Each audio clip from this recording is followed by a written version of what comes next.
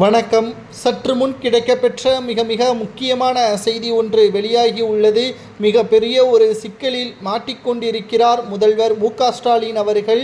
நேற்று நடைபெற்ற சட்டப்பேரவை முதலாவது கூட்டத்தில் ஆளுநர் ஆர்.என்.ரவி அவர்கள் வெளிநடப்பு செய்ததை பற்றிதான் எல்லா ஊடகங்களும் பேசியதை தவிர, எதற்காக அவர் வெளிநடப்பு செய்தார், தேசிய கீதம் ஒலிக்கப்படவில்லை என்று கோபத்துடன் சென்றாரா அல்லது மு.க.ஸ்டாலின் அவர்கள் திட்டமிட்டு வெளிநடப்பு செய்ய வைத்தாரா என்று பார்த்தால் திட்டமிடப்பட்டு வெளிநடப்பு செய்தார். அவர் நினைத்திருந்தால் ஆளுநரை அமர வைத்திருக்கலாம். அது அவரால் திட்டமிடப்பட்ட சதியாகத்தான் பார்க்க முடிகிறது.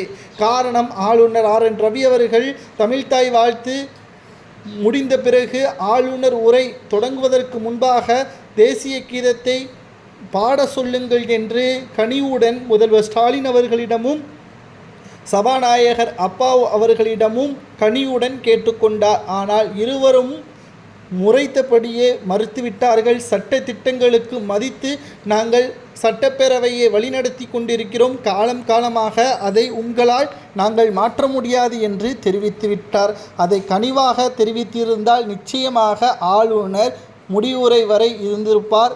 இதற்கு மிக முக்கியமான காரணம், சட்டப்பேரவையிலிருந்து ஆளுநர் வெளிநடப்பு செய்தால் அதை வைத்து போராட்டங்களும் பிரச்சாரங்களும் செய்யலாம். இதனால் தமிழக மக்கள் தற்பொழுது 2 வாரமாக அண்ணா பல்கலைக்கழக மாணவி விவகாரம் பூகம்பமாக எடுத்திருக்கக்கூடிய நிலையில் இந்த பிரச்சனை வந்தால் அதை மறந்து விடுவார்கள். கடைசியில் திமுக வெற்றியடைந்தது போல் மாறிவிடும் என்பதற்காக இந்த திட்டத்தை ஸ்டாலின் அவர்கள் போட்டியிருப்பது வெட்ட வெளிச்சத்திற்கு வந்துவிட்டது.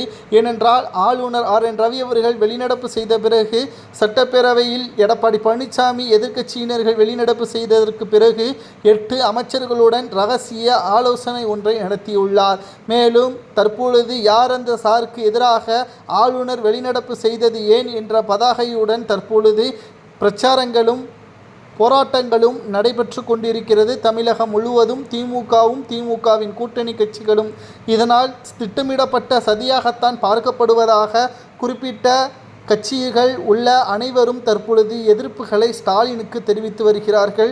மேலும் தேசிய கீதத்தை அப்பட்டமாக அவமரியாதை செய்வர்களுடன் துணை நிற்கக்கூடாது என்பதால் ஆளுநர் அவையிலிருந்து வெளியேறினார் என்ற தகவலையும் ஆளுநர் மாளிகை வெளியிடப்பட்டுள்ள அறிக்கையும் நம்மால் பார்க்க முடிகிறது.